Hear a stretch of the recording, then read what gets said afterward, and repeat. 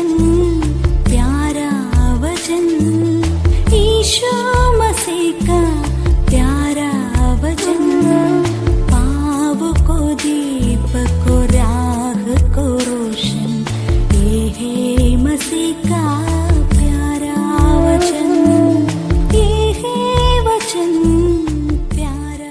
परमेश्वर के धन्य नाम की महिमा हो। प्रभात मनन के सत्र 1940 में आप सभी का बहुत ही विनम्रता के साथ स्वागत करता हूँ। आइए आज मनन के लिए हम पढ़ते हैं इब्रानी अध्याय 9 पद 2। क्योंकि एक तंबू बनाया गया, पहले तंबू में दीवट और मेज और भेंट की रोटियां थी, और वह पवित्र स्थान कहलाता है। प्रारंभ में पढ़ी गई पद में मिला वाला तंबू के प्रथम भाग में, जिससे पवित्र स्थान कहलाता है, रखी गई वस्तुओं के संबंध में हम देखते हैं। यहाँ दीवट, मेज और भेंट की रोटियां रखी जाती थी। यहाँ रखा गया दीवट अथवा लैम्प स्टैंड के बारे में कुछ बातें आज मनन करना चाहता हूँ। निम्न दीवट के बारे में आप निर्गमन 25 की 31 से 40, 27 की 21, 30 की 8, लेवी व्यवस्था 24 की 3 और 4, गिनती अध्याय 8 पद 2 से 4 तक, दूसरा इतिहास 13 की 11 आदि विभिन्न बाइबल पदों में देख सकते हैं। निम्न दीवट का एक ही खास मकसद था, पूरे मिलाप वाले तंबू में प्रकाश फैलाना। यह दीवट का निर्माण विशेष प्रकार किया गया था।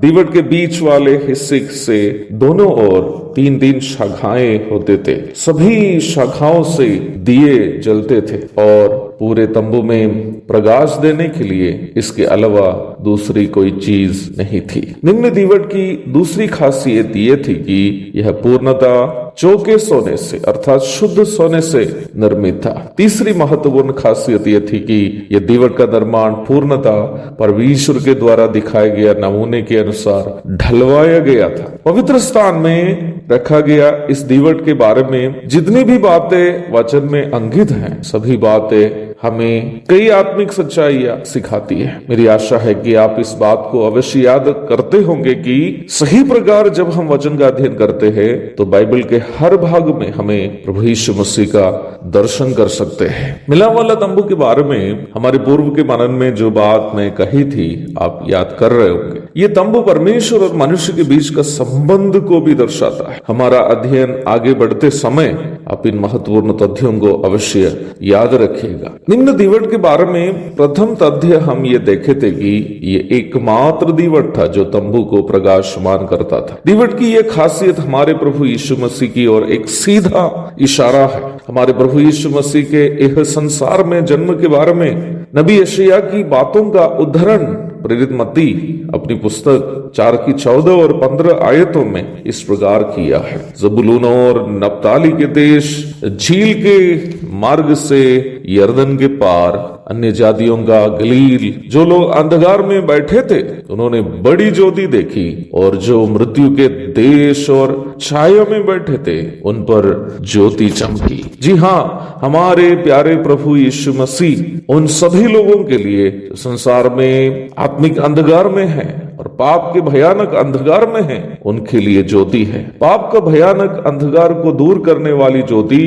भारत के आर्य ऋषि मुनियों ने अपने अंदर बसने वाला इस भयानक पाप का अंधकार का एहसास करने वाले थे। बृहदारण्य का उपनिषद में प्रार्थना स्वरूप ऋषि मुनियों ने परमेश्वर से इस प्रकार कहा, तमस्सो मां ज्योतिर्गमय, अर्थात हमें संसार से ज्योति में ले चल प्रभु। भारतीय उपमहादेश से किसी ने भी इस प्रार्थना का उत्तर नहीं दिया। यूरोप महादेश में यीशु मसीह के पूर्व 14वीं सदी में यूनानी दार्शनिक डायोजनीस दिन के 12 बजे यूनान की राजधानी एथेंस में लालटेन जलाकर भटकते भटकते हुए लोगों से पूछते रहा, वेयर इज द लाइट? ज्योति कहाँ है? वो भी मन के अंधकार को दूर करने वाली दिव्य ज्योति का तलाश कर रहा था। मनुष्य के जीवन से जुटे इस महाप्रश्न का उत्तर जब कोई नहीं दे रहा था, इस्राएल के गलील प्रदेश से एक आवाज आई, जगत की ज्योति मैं हूँ, जो मेरे पीछे हो लेगा वो अंधकार में ना चलेगा परंतु जीवन की ज्योति पाएगा। ये आवाज किसी और की नहीं थी, हमारे प्रभु यीशु मसीह की आवाज थी। आज सुबह मुझे सुनने वाले प्रिय भाई बहनों, नरक के अंधकार को हमसे दूर करने वाला, पाप के भयानक अंधेरा को जो हमारे मन में वास करता है उसे दूर करने वाला वो दिव्य ज्योति हमारे प्रभु यीशु मसीह है। यीशु मसीह को यदि आप अपना हृदय को देंगे, वो उसमें अपनी ज्योति भरेगा, आपका जीवन प्रकाशमान हो जाएगा। यीशु मसीह जिस देश में आया है वो प्रकाशमान हो गया है। आज सुबह मेरी प्रार्थना यह है, हमारे पूरे भारत में, मुझे जहां से भी सुनते हैं लोग, कोई भी देश से सुन रहे हैं, काश हम सबके हृदय को प्रभु यीशु मसीह अपने ज्योति से भर देता तो ये संसार कितने सुंदर हो जाता। मुझे सुनने वालों में कोई ऐसा व्यक्ति आज तक यीशु मसीह को अपना हृदय नहीं दिया हो, आप यीशु मसीह को अपना हृदय, अपना जीवन देखिए, यीशु मसीह उसे ज्योति से भर देगा। मन के अंधकार को दूर करने वाला ज्योति प्रभु यीशु मसीह है। मिलाप वाले तंबू में रखा गया ये दीवट यीशु मसीह की ओर हमें इशारा करके दिखाता है। एक और शुभ दिन की धन्य कामनाओं के साथ आज का मनन मैं यहाँ समाप्त करता। प्रभु आप सबके हृदय को अपनी ज्योति से भर दे। मारा नाथा।